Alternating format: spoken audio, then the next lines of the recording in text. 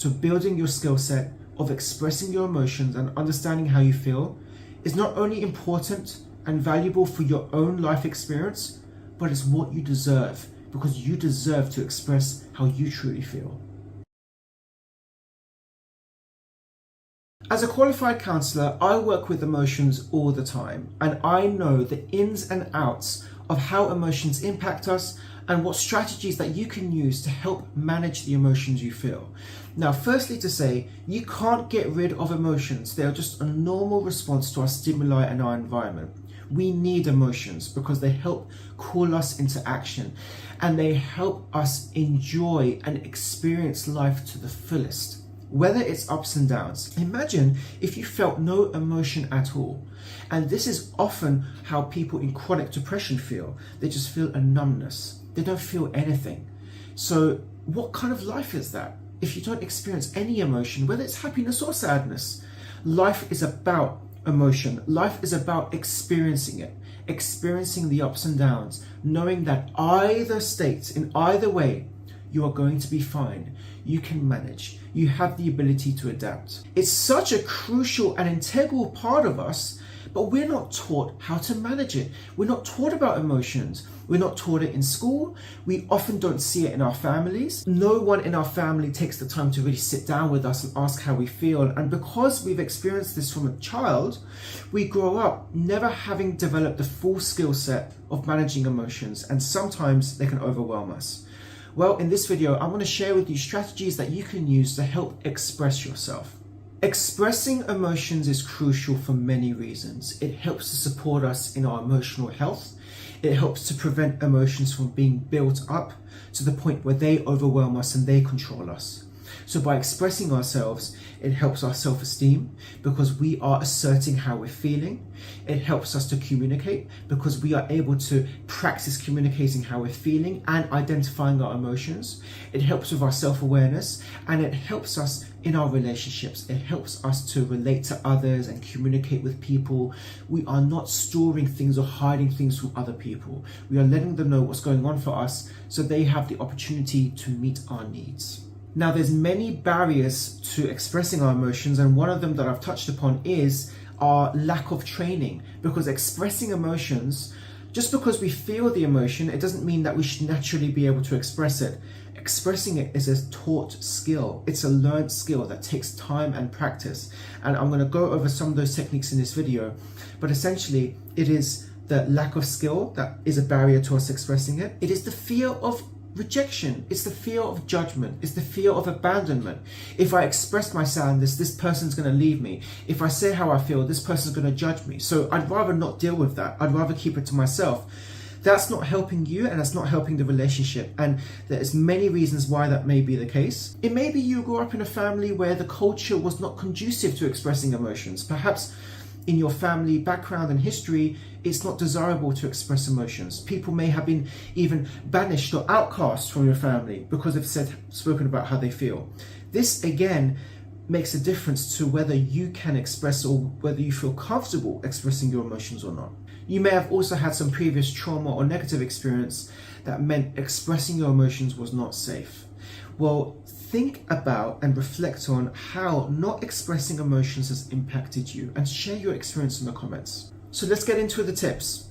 It starts with self-awareness. It always starts with self-awareness. Unless you're aware what emotions you're experiencing, how that emotion has an impact on you, and how your lack of ability to express it has an impact on your health, these strategies are not going to work as well as they could.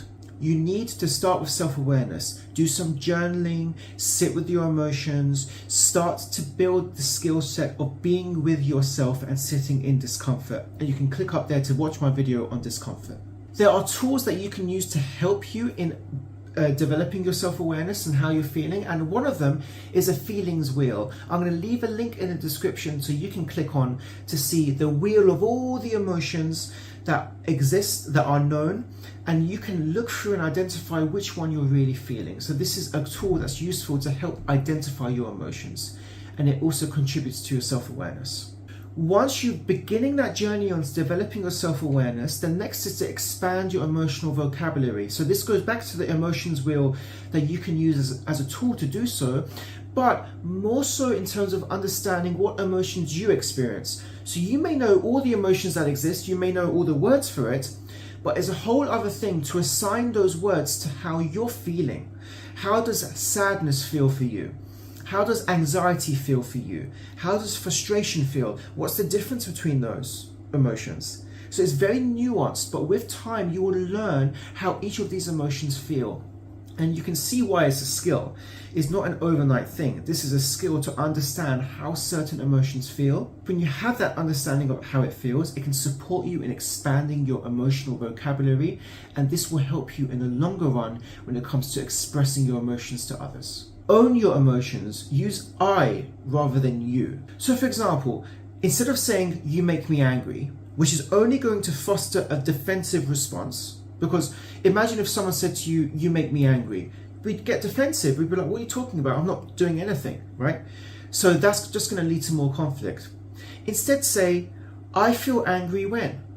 So you're not really assigning blame to them, but you're just expressing your emotions and why you're feeling that way. I feel angry when you don't say hi to me when you walk through the door. So you're explaining how their behavior is having an impact on you, but you're not saying you make me angry. So it's just a way of expressing your emotions and making them understand why you feel that way. Practicing mindfulness is crucial. The reason it's crucial is not just to help calm you down, it's to be more aware of the emotions that arise within you in real time. So you know those moments where you look back and like, why did I say that? Or why did I react like that? I let my anger get the better of me. Mindfulness is the antidote because it allows you to stay with the emotions as it's arising and you notice it as it's coming in. And because you're noticing it consciously, you have the ability to do something about it then, rather than allow it to overwhelm you. This is why mindfulness is absolutely crucial. And there's so many different ways to become mindful, through meditation, through journaling, basically raising your self-awareness, becoming self-aware of it, and therapy is also a fantastic way to become more mindful. Get creative. Get creative with expressing emotions. You can express emotions through writing, through music, through art, through silence, through walking, through nature. You can express emotions in all kinds of ways, and you can also role play. If you have a best friend or someone you really trust that you want to role play with, you can say, for example, I feel hurt when you don't listen to me, and see how they respond. See what that brings up in you. This is all about developing that self-awareness and understanding of how you react. So when you are in a conflict situation at work or with your partner or in your relationships, that you want to handle yourself in a better way, you've had this kind of training beforehand where you're able to express how you feel, you understand how you feel, you may have even engaged in role play with a friend in order to know, if I express it this way, what feedback do I get? And when I get that feedback, how do I react? Whether we love it or hate it, emotions are a normal part of the human experience. And because they are, it deserves our attention, and it deserves us having the skill set and developing the skill set to manage them so that we can express how we feel. We can always keep our emotions in check, because if we don't, the consequence is that it will overrule us.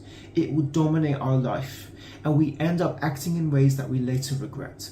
So building your skill set of expressing your emotions and understanding how you feel is not only important and valuable for your own life experience, but it's what you deserve, because you deserve to express how you truly feel.